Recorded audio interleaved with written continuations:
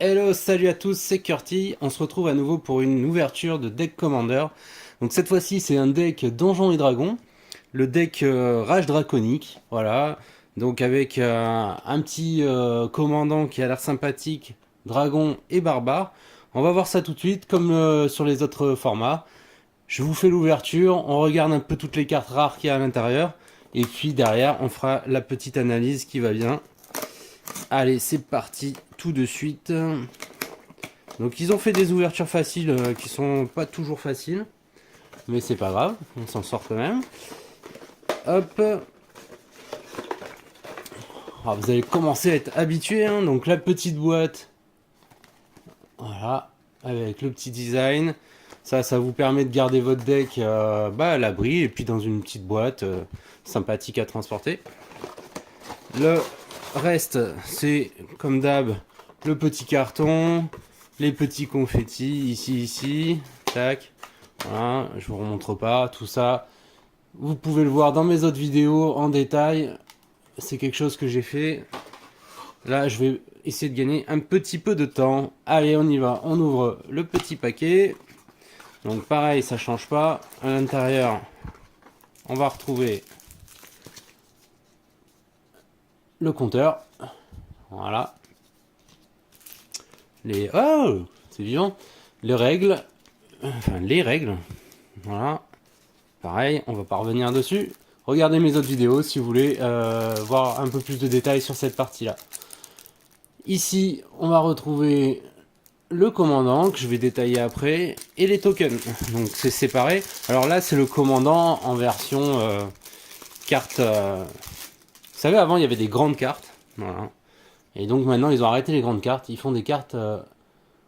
On ne voit pas très bien, mais elles sont plus grosses en fait. Hein. On ne voit pas. Là, si je vous mets les autres à côté. Voilà, elles sont plus grosses que les cartes standards. Elles sont bien plus rigides. Voilà, ça se plie pas.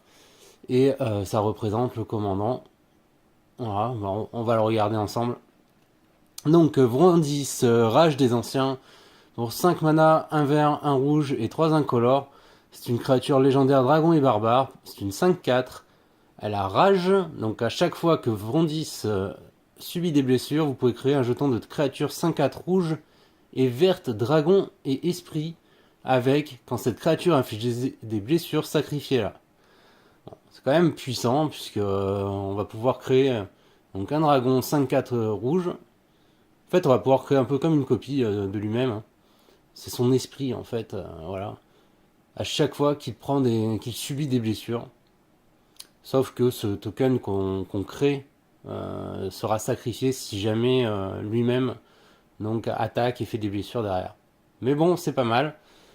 Et donc, il a une capacité supplémentaire qui est, à chaque fois que vous lancez au moins un dé, vous pouvez faire que Vrondis inflige une blessure. D'accord. C'est quoi le but? Ah oui, c'est pour faire proquer la rage, du coup. Ok. Donc voilà, bon là, ça va... Il y a une petite manip à trouver, là, pour lancer des dés. Et bon, c'est pas pour rien, hein, c'est un commandant de deck Donjons et Dragons. C'est bien dans le but de lancer des dés le plus souvent possible, faire proc la rage et créer du coup des dragons. Voilà un peu la mécanique. Donc, on va laisser de côté. Derrière, je vous montre tous les petits dragons. Voilà, token. On va avoir des bêtes également. Et le monarque. Alors, le monarque, c'est un truc spécial en commandeur. Au début de votre étape de fin, piochez une carte. À chaque fois qu'une créature vous inflige des blessures de combat, son contrôleur devient le monarque.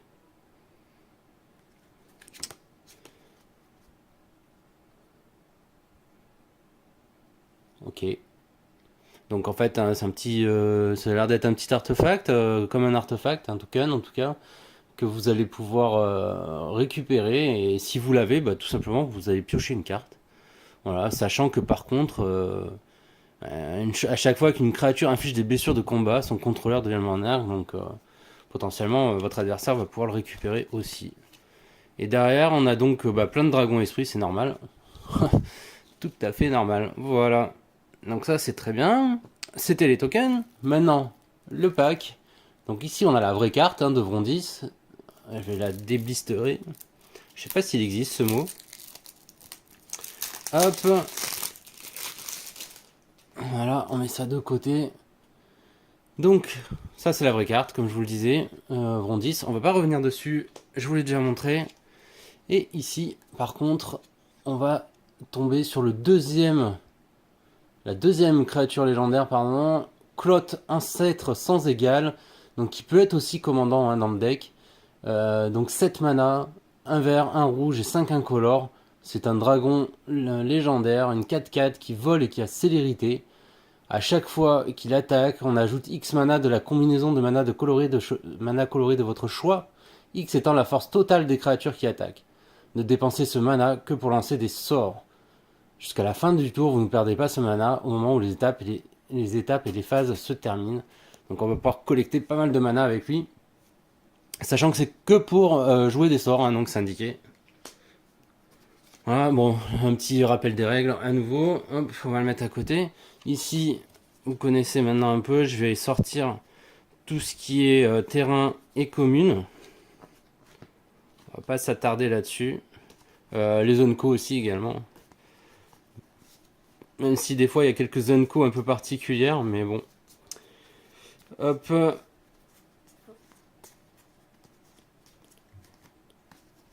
Voilà. Donc là, on a retiré tout ce qui était commune et unco. Ça nous laisse quand même un bon paquet de rares à regarder. Et on va... oups, excusez-moi pour la caméra. On va regarder ça d'un peu plus près. Je change ma position stratégique. Alors, on a Frénésie du Berserker. Donc pour 3 mana, 1 rouge et 2 incolores, c'est un éphémère. Ne lancez ce sort qu'avant le combat ou pendant le combat, avant la déclaration des bloqueurs. Ok, donc c'est un éphémère, mais on ne peut pas le lancer quand on veut. On va lancer 2 des 20 et on ignore le résultat le plus bas. Donc si jamais on fait entre 1 et 14, on va pouvoir choisir n'importe quel nombre de créatures. Elle bloque ce tour-ci si possible. Et si on fait entre 15 et 20, vous choisissez quelle créature bloque ce tour-ci et comment ces créatures bloquent. Vous allez pouvoir du coup faire la résolution des dégâts comme vous avez envie. Le dragon du chaos pour 3 mana, 2 rouges et 1 incolore, c'est un dragon 4/4, pas cher. Hein. Il a vol et célérité en plus, sauf que il attaque à chaque tour si possible, à chaque combat. Et au début de votre tour, chaque joueur lance un D20. Si au moins un adversaire a eu le résultat le plus élevé, le dragon du chaos ne peut pas attaquer ce joueur ou les planeswalkers qu'il contrôle pendant ce combat. Voilà. Donc là, en gros, ça va jouer au dé, un combat de dé. Et si jamais votre adversaire gagne, bah, vous n'allez pas pouvoir attaquer. Donc, c'est sa petite contrepartie, on va dire, hein, par rapport au fait qu'il coûte que 3 mana. Mais bon, c'est sympa. Hein. Puis on a encore cette mécanique de lancer un dé. Donc, ça rentre totalement avec le commandant. Maléfice accablant pour 3 mana, 2 rouges, 1 incolore. C'est un enchantement de joueur. Donc qu'on appelle une aura, une malédiction. À chaque fois que le joueur enchanté lance un sort non créature, lancez un D6. Le maléfice accablant inflige à ce joueur un nombre de blessures égal au résultat, puis attachez le maléfice accablant à un autre de vos adversaires choisis au hasard. Donc bah, ça peut faire mal. Hein. Bon, c'est un D6, mais bon, quand même quoi. Assez sympathique. L'ancêtre vengeur pour 2 mana rouges et 2 incolores, c'est une créature esprit et dragon, 3/4 qui vole, et à chaque fois qu'il arrive sur champ de bataille ou attaque, incitez une créature ciblée. Jusqu'à votre prochain tour, cette créature attaque à chaque combat si possible, et attaque un joueur autre que vous si possible. Et à chaque fois qu'une créature incitée attaque, elle inflige une blessure à son contrôleur. Donc à chaque fois qu'il arrive sur champ de bataille ou attaque, on incite une créature ciblée. Cette créature va attaquer à chaque combat si possible et attaque un joueur autre que vous. Et à chaque fois qu'une créature qui est incitée attaque, elle inflige un dégât à son contrôleur. Ouais, à tester. La mécanique, elle est à tester. Après, à tester. Faut voir. Je sais pas trop ce que ça rend en vrai. Sac à malice, une forêt et un incolore, c'est un artefact. Pour 5 mana, on va pouvoir lancer un D8. Donc 4 incolores et une forêt. On va révéler les cartes du dessus de notre bibliothèque jusqu'à ce qu'on révèle une carte de créature avec une valeur de mana égale au résultat. mettez cette carte sur le champ de bataille et le reste au-dessous de votre bibliothèque dans un ordre aléatoire. Donc ça, c'est vraiment top. C'est vraiment top. Après, ça coûte quand même 5 mana à faire, la capacité de l'artefact.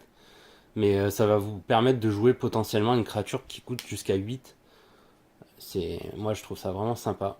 Et en plus, les cartes, vous les perdez pas parce que vous les remettez en dessous de la bibliothèque. Le druide de purification, c'est un humain et druide pour 4 mana, 1 vert, 3 incolores. Quand il arrive sur le champ de bataille, en commençant par vous, chaque joueur peut choisir un artefact ou un enchantement que vous ne contrôlez pas et détruisez chaque permanent choisi de cette manière, lui-même étant une créature, donc 2-3. Donc lui, il va faire quand même du ménage dans les artefacts et les enchantements. Alors attention, hein, parce que c'est chaque joueur, hein. C'est juste que c'est vous qui commencez le premier. Mais attention. Si vous jouez avec des artefacts et des enchantements, ça peut vous se retourner contre vous. Puissance indomptable pour 4 mana, donc un enchantement, une aura. Ce qui a flash, on enchante la créature, elle gagne +3/+3.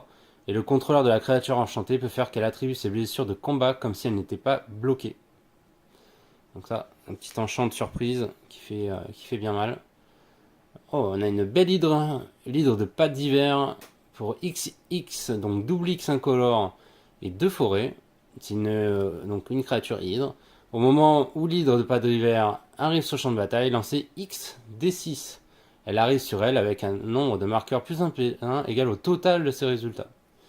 Ok, donc ce qui est fort, c'est que les X sont... c'est le nombre de D6, quoi. Donc déjà, de base, pour 4 mana, vous allez lancer un D6.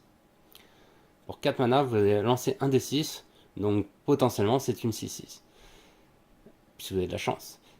À la piétinement et à la parade 4, donc à chaque fois que vous allez... qu'un adversaire va la cibler, il va falloir qu'il paye le coût de parade. Donc là, c'est 4 mana incolore pour pouvoir le faire. Donc elle a presque défense talismanique. Enfin, c'est pas défense talismanique, mais ça revient en tout cas à être chiant. C'est une créature qui sera chiante à cibler. La manœuvre sauvage pour 6 mana, c'est un rituel. On va lancer 2 D4 et choisir un résultat. Qu'est-ce que c'est que choisir un résultat? Je ne sais pas. Créer un nombre de jetons de créatures 3/3 vertes bêtes égal à ce résultat. Cherchez ensuite dans votre bibliothèque un nombre de cartes de terrain de base égal à l'autre résultat. Mettez-les sur le champ de bataille, engagez puis mélangez. Mais c'est très fort ça. Donc je lance le 2D4. Imaginons je fais 4 sur les 2D. C'est-à-dire que ça fait 8 au total. Je peux dire que je prends 3 sur les 8. Je crée 3 tokens bêtes. Et dans ma bibliothèque, je vais aller chercher 5 terrains de base. Putain, mais ça fait bien mal ça. Hein. La championne Drachéide pour 4 mana, 1 vert, 1 rouge et 2 incolores. Donc c'est une créature dragon et guerrier qui est une 5/3. Donc pour 4 mana, une 5/3, piétinement. Et à chaque fois qu'une source que vous contrôlez inflige au moins 5 blessures à un joueur, vous piochez une carte. Voilà, pas mal de petites capacités, elle est assez polyvalente. La volonté de Clotte, donc pour X incolore, 2 rouges et une forêt, enfin une verte, un mana vert. Vous avez un éphémère qui fait que vous pouvez choisir l'un. Si vous contrôlez un commandant au moment où vous lancez ce sort, vous pouvez choisir les deux. Donc on a comme possibilité le souffle de flamme. Donc elle inflige X blessures à chaque créature sans le vol. Bon, déjà ça pique. Et sinon, vous pouvez choisir détruisez jusqu'à X artefacts et ou enchantements ciblés. Donc ça fait pas mal de ménage. C'est sympa. Wolfguard, Valbiz, donc pour 5 mana, 1 vert, 1 rouge et 3 incolores. On a une créature légendaire humain et barbare qui est une 4/4 et qui a mêlée. À chaque fois que cette créature attaque, elle gagne +1/+1 jusqu'à la fin du tour pour chaque adversaire que vous avez attaqué pendant ce combat. Donc typiquement vraiment plutôt une créature de troll à 2 têtes, on va dire. Ou en tout cas en multijoueur. Si une créature attaquante que vous contrôlez devait provoquer le déclenchement d'une capacité déclenchée d'un permanent que vous contrôlez, cette capacité se déclenche une fois de plus. Bon, ça c'est toujours très fort. Après, il faut aller chercher les bonnes cartes. L'escoufle en fer de Bogardan, du Bogardan. Bogardan, ça me rappelle une des vieilles cartes. Alors pour 8 mana, 6 incolores et 2 mana rouges, on a un dragon qui a flash et qui a le vol, qui est une 5/5. Et quand il arrive sur le champ de bataille, il inflige 5 blessures réparties comme vous le souhaitez. Du coup, entre n'importe quel nombre de cibles. Donc ça, c'est pareil, hein, c'est très très fort. Juste que ça coûte très cher, mais ça fait mal. Une petite réaction en chaîne pour 2 mana incolores et 2 rouges. On a une réaction qui inflige X blessures à chaque créature, X étant le nombre de créatures sur le champ de bataille. Ok.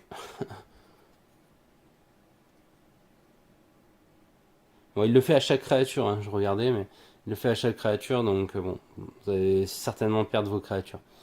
Le dragon exigeant pour 5 mana, 2 mana rouges et 3 incolores. On a un 5/5 qui vole, qui est un dragon. Et quand il arrive sur le champ de bataille, il inflige 5 blessures à un adversaire ciblé, à moins que ce joueur ne sacrifie une créature. Ça, c'est une réédition. Proscrite, maître dragon. Donc pour un mana rouge, simplement, on a une petite 1/1 humain et chaman. Et au début de notre entretien, si on contrôle au moins 6 terrains, vous pouvez créer un jeton de créature 5/5 rouge dragon avec le vol. Mais c'est n'importe quoi ça. Bon, faut qu'elle résiste. Mais bon, si vous la jouez pas de suite, quoi, vous la jouez en mid-game, voire end-game, ça pique, hein. À chaque entretien, vous allez pouvoir créer c'est n'importe quoi. Violence gratuite pour 6 mana, 5 pardon. 3 rouges et 2 incolores, c'est un enchantement. Si une créature que vous contrôlez devait infliger des blessures à un permanent ou à un joueur, elle inflige à la place le double de ses blessures à ce permanent ou à ce joueur. Bon, ça, en rouge, on aime bien. On serait que ça fait quand même très mal. C'est pas on rajoute 2, c'est machin, on double les blessures quand même, hein. Quand même très très violent, hein.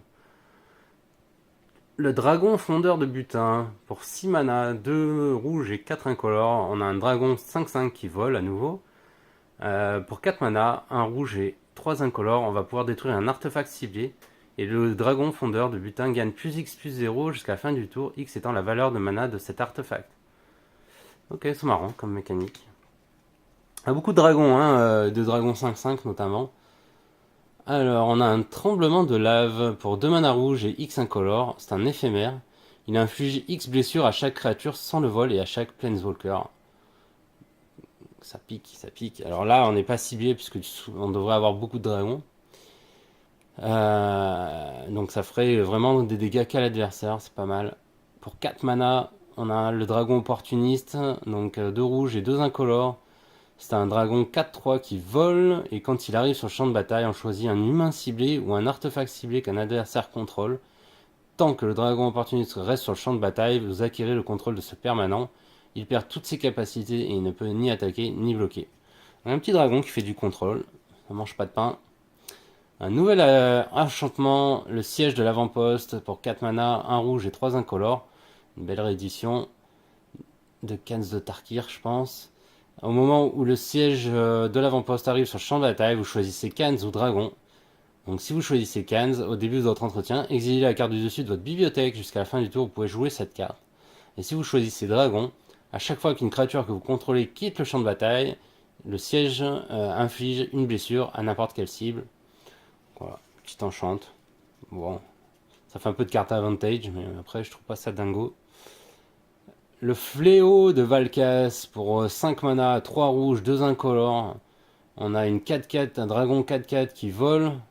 Il ressemblerait presque à Bolas, c'est marrant. Et donc qu'est-ce qu'il fait? À chaque fois que le fléau de Valkas ou qu'un autre dragon arrive sur le champ de bataille sous votre contrôle, il inflige X blessures à n'importe quelle cible, X étant le nombre de dragons que vous contrôlez. Et vous pouvez le booster avec un mana rouge. Et vous allez pouvoir lui donner +1, +0. Un bon petit dragon, je trouve. Parce que sa capacité proc, donc il trigger même à chaque autre dragon qui arrive sur le champ de bataille. Et derrière, on va pouvoir faire des dégâts en boucle. On a un petit Shivan, voilà, un Escouflanfeur Shivan pour 7 mana, 2 rouges et 5 incolores. Créature dragon 5/5 qui vole. Et pour 2 mana, 1 rouge et 1 incolore, cumulable, hein, vous allez pouvoir les cumuler. Il va infliger une blessure à n'importe quelle cible. Donc voilà, si vous avez déjà 7 mana, on va dire, ça fait que sans problème, vous allez pouvoir lui faire 3 dégâts à n'importe quelle cible. Voilà, le tour d'après. Donc sans l'engager ni rien, hein, c'est pif paf pouf, c'est gratos quoi, je te fais des dégâts en direct. On a le despote des tours, tout simplement des tours en fait. Pour 7 mana, 2 rouges et 5 incolores, c'est un 5/5 dragon qui vole. Quand il arrive sur le champ de bataille, on devient le monarque. Ah, intéressant. Au début de votre entretien, si vous êtes le monarque, créez un jeton de créature 5/5 dragon, rouge dragon avec le vol. Donc là, on a la capacité monarque qui arrive. Je rappelle, c'était celle-ci. Donc le monarque, en fait, au début de votre étape de fin, vous allez pouvoir piocher une carte, tout simplement. Et donc à chaque fois qu'une créature vous inflige des blessures, son contrôleur devient le monarque. Bon, voilà. Le but, ça va être de garder le monarque, hein, je pense aussi. Le pisteur de vaisseau volant pour 4 mana, 2 rouges et 2 incolores, un dragon 3/3 qui vole. Pour 1 mana, un mana rouge, vous allez pouvoir le booster de différentes manières. Donc soit vous lui donnez plus 1, plus 0, soit vous lui donnez l'initiative, soit vous allez lui donner la célérité. En fait, vous allez pouvoir aussi cumuler tout ça, hein. C'est pas des, en fait, c'est pas vraiment des soins. C'est voilà. En tout cas, vous pouvez payer 3 mana par exemple rouge et vous allez lui donner la totale. Initiative plus 1 plus 0 et célérité. Ou vous pouvez lui donner que la célérité. Bon bref, vous choisissez, vous avez compris. Un bon petit dragon polyvalent. Le cracher des flammes, là on tombe sur des dégâts directs. Donc pour 3 mana, 1 rouge et 2 incolores. C'est un éphémère qui fait que vous allez infliger 4 blessures à une créature ciblée. Et à chaque fois qu'un dragon arrive sur le champ de bataille sous votre contrôle, vous pouvez payer 1 mana rouge. Si vous faites ainsi, renvoyez cracher des flammes depuis votre cimetière dans votre main. Bon, ok. Autant vous dire que vous allez souvent l'avoir dans ce deck. Le meurtrisseur du taureau. C'est un. Donc pour 3 mana, un rouge et 2 incolores. C'est une 2/2 change-forme, un changelin. À chaque fois qu'un adversaire lance un sort, vous pouvez mettre un marqueur +1/+1 sur le meurtrisseur du taureau. Donc voilà, bah, ça marche avec les dragons du coup. Terreur du Mont Velus, pour 7 mana, 2 rouges et 5 incolores, on a un nouveau dragon 5/5 qui vole, qui a aussi la double initiative. Alors ça pique, hein. Quand la terreur du Mont Velus arrive sur le champ de bataille, les créatures que vous contrôlez acquièrent la double initiative jusqu'à la fin du tour. Voilà, ok. La Régente Brise Tonnerre, pour 4 mana, 2 rouges et 2 incolores. C'est donc un dragon 4/4 qui vole.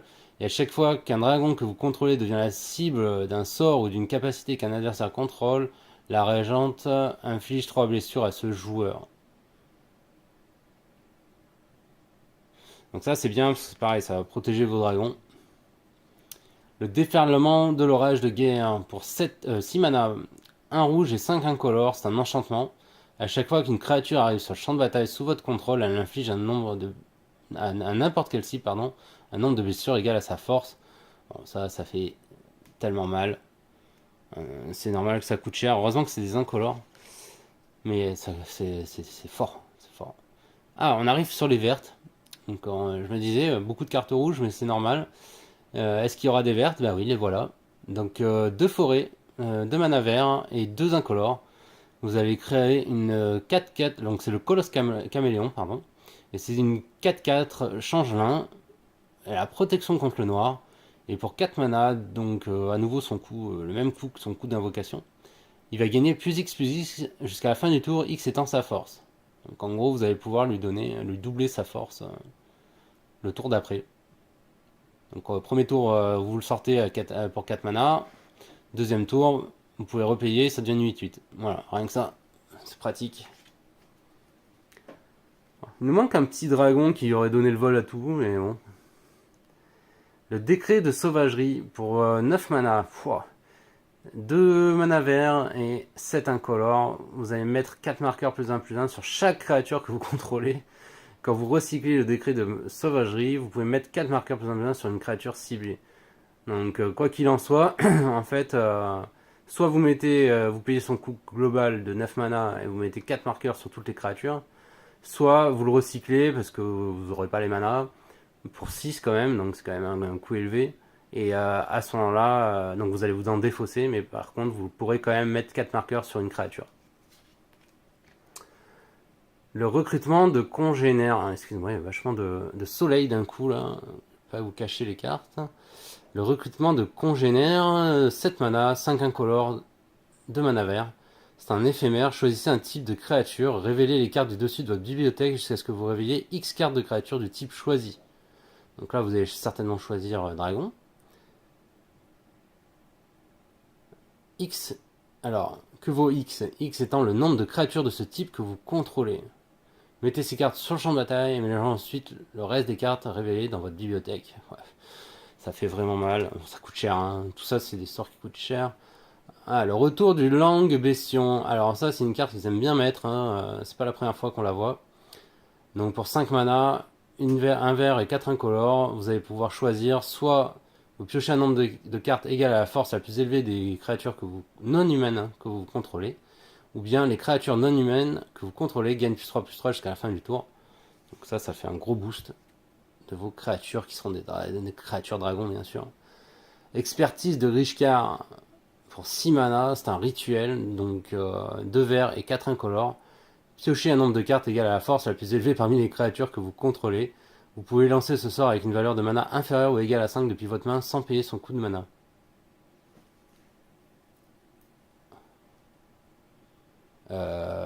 C'est fort ou c'est mes yeux ça? Ah là là. Révélation chamanique, pareil, c'est une carte qu'on a déjà vue dans un autre deck commander. Pour 5 mana, 2 verts et 3 incolores, piochez une carte pour chaque créature que vous contrôlez. Et la férocité, donc vous gagnez 4 points de vie pour chaque créature de force supérieure ou égale à 4 que vous contrôlez.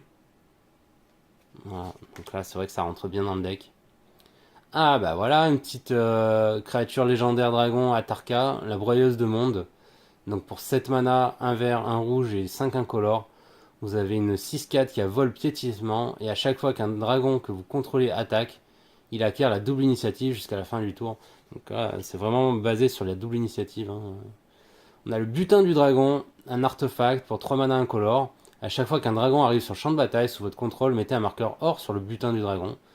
Et donc vous allez pouvoir retirer ce marqueur or pour piocher une carte. Et sinon, engager l'artefact vous produira un mana de la couleur de votre choix. Donc c'est pas trop mal comme artefact. On tombe sur les terrains. Voilà, les doubles terrains. Un peu classique. On a un petit creuset du dragon esprit. Donc un terrain spécial qui vous ajoutera un mana incolore. Si vous payez un mana incolore et que vous l'engagez, vous mettrez un marqueur stock sur le creuset. Et en engageant et en retirant des marqueurs stock, vous allez ajouter X mana de la combinaison de mana colorée de votre choix. Ne dépensez ce mana que pour lancer des sorts de dragon ou activer des capacités de dragon. Donc pareil, c'est un truc pour stocker de la mana. On a un petit verger exotique qui vous donnera du mana en fonction des terrains de l'adversaire. Un double land, assez classique. Ah, on a un nouveau terrain spécial, l'Havre du Dragon Esprit, qui ajoute un mana incolore. Vous pouvez ajouter un mana de la couleur de votre choix, ne dépensez ce mana que pour lancer un sort de créature dragon. Donc ça c'est bien. Et pour 2 mana incolore, donc ça c'est au choix, hein. Soit vous ajoutez un mana incolore, soit vous ajoutez un mana de la couleur de votre choix pour lancer un sort de créature dragon. Et sinon, donc pour 2 mana incolore, et vous sacrifiez la carte, vous pouvez renvoyer une carte de créature dragon ciblée ou une carte de Planeswalker Hugin depuis votre cimetière dans votre main. Ok, mais il est où Hugin? Je le vois pas Hugin, hein. Alors, ils auraient pu mettre Hugin. Donc un double terrain. Et le pont de Fangemousse qui est aussi dans d'autres decks Commander vert. Donc il a cachette. Ce terrain arrive sur le champ de bataille engagé. Quand il le fait, regardez les cartes du dessus de votre bibliothèque, exilez-en une face cachée, puis mettez le reste au-dessous de votre bibliothèque. Vous pouvez ajouter un mana vert, et si vous payez un mana vert et que vous engagez ce terrain, vous pouvez jouer la carte exilée sans payer son coût de mana. si les créatures que vous contrôlez ont une force totale supérieure ou égale à 10. Voilà. Donc ça peut être pratique pour jouer, pareil, des cartes qui valent cher. Bah, écoutez, voilà, on a fait le tour. J'ai trouvé ce deck assez intéressant à jouer. Les forts coups de mana me laissent un peu dubitatif. Faut voir un peu comment ça tourne. Après, je vous rappelle, hein, là on a vu que les rares. Il y a quand même pas mal d'unco et de communes. On voit que pour le coup, ça sera peut-être des cartes à coût de mana plus faible, je ne sais pas. Il faut regarder un peu plus en détail, il faudra faire peut-être des tests. Mais en tout cas, c'est assez prometteur. L'idée est sympa. J'aime bien l'idée de jouer avec des dragons. C'est un bon deck tribal plutôt dragon. On a également pas la capacité, mais la mécanique qui va avec le commandant, où on va lancer un dé et on va créer des dragons. Je trouvais ça sympa. Il y a pas mal de petites cartes qui permettent de lancer des dés. Donc globalement, ça a l'air assez équilibré. Et voilà, j'ai hâte de le tester. Je le testerai. Et puis on se retrouve du coup sur mon écran de PC pour le listing de toutes les cartes, voir quelles sont les cartes inédites. On n'avait pas regardé ça sur le derrière d'habitude. Oups. D'habitude je le montre à chaque fois. Là on avait a priori 17 nouvelles cartes. Donc on va aller regarder de plus près quelles sont ces 17 nouvelles cartes dans le listing. Et puis également regarder le coût, l'analyse financière. Donc le coût à la cote aujourd'hui de toutes ces cartes. On se retrouve sur mon écran. À tout de suite. Et voilà, tout le monde. On se retrouve du coup sur mon PC avec le listing. Donc comme d'habitude, je vous ai fait le listing complet dans ce Google Sheet. Je vous le mets à disposition via un lien dans la description. N'hésitez pas, vous pouvez y accéder quand vous voulez. Vous pouvez vous en faire une copie et l'utiliser voilà, de votre côté. Alors du coup, ce que ça donne, donc on a le tri par inédite ou pas. Je vous fais la petite démo. Voilà, là on a donc on a toutes les cartes inédites. On voit que y a bien les 17 cartes qui étaient annoncées sur le paquet. Il n'y a aucun problème avec ça. On voit également que Clot, l'ancêtre sans égal. Donc juste pour petite info, je vous remontre. C'était un des deux commandants possibles qui était donné dans le deck. Donc là on voit que finalement cette carte vaut quand même assez cher. On la voit, il y en a que 4. Son prix varie de 16 € à 23 €. Donc plutôt une bonne carte. Alors c'est vrai qu'elle donne énormément de mana. Donc c'est certainement un grand intérêt de la jouer. Un des grands intérêts de la jouer. Donc 16,50 €. C'est vraiment une des meilleures cartes qu'on ait récupérées pour l'instant dans tous les decks Commander. Donc très intéressant. On voit ensuite qu'il y a également deux cartes qui sont inédites dans la collection qui valent plus de 3 €, une presque à 4 € et une à 3,75 €. Donc elles sont plutôt bien positionnées également. Il y a le druide de purification qui était pas mal et le maléfice accablant également en rouge. Donc ça c'est une carte verte, ça c'est une carte rouge. On a la championne Drakeid qui arrive juste derrière à 1,50 € et puis après on va commencer à tomber sous les 1 € avec l'hydre de pas d'hiver, donc une belle hydre. Wolfguard du Valbyz qui était une multicolore et enfin le commandant Vondis, le commandant officiel on va dire du deck qui est qu'à 0,50 on le voit, donc ça tombe bien derrière, mais voilà, donc ça c'est sur les inédites. Si on reprend notre filtre complet, donc on retrouve à la 4ème place du classement le recrutement de congénères, donc une carte verte qui vaut 3,60 € quand même aujourd'hui. C'est une réédition, donc voilà, intéressant d'avoir une réédition à ce prix-là. L'expertise de Richcard aussi, qui est une réédition. Alors je crois qu'il n'y a qu'une collection, elle est sortie que dans une seule extension auparavant. Donc c'est la première fois qu'elle est rééditée.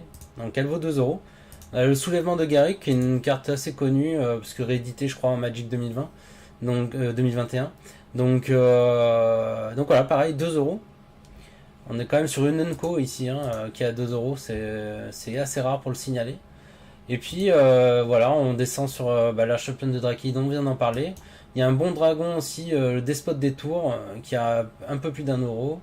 La terreur du Mont Vélus, qui est aussi un dragon à plus d'1 euro. Et puis, enfin 1 euro. Et puis l'anneau solaire, qui est 1 euro de manière constante et globale, puisque c'est une carte qu'on retrouve dans tous les decks. Elle est tellement forte que de toute façon, voilà, ça vaut au moins 1 euro. C'est assez sympa. Je suis un peu déçu par la proscrite Maître Dragon, qui me paraissait très fort. C'est une mythique, elle vaut que 0,80. Bon, on va pas parler des autres mythiques qui valent encore moins cher, hein, mais en tout cas, voilà, un peu déçu du 0,80. Je pense qu'elle a un bon potentiel cette carte.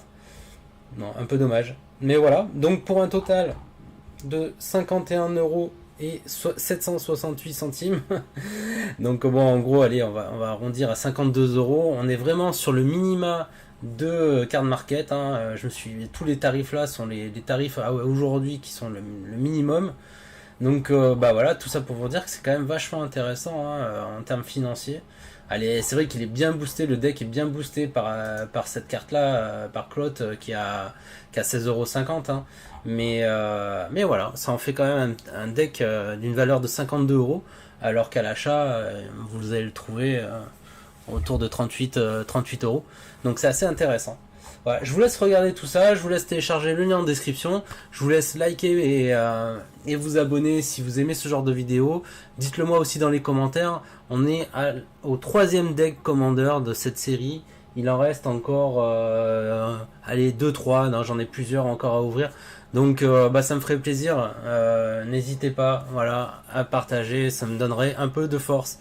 Allez, je vous dis à très bientôt. Ciao ciao ciao tout le monde.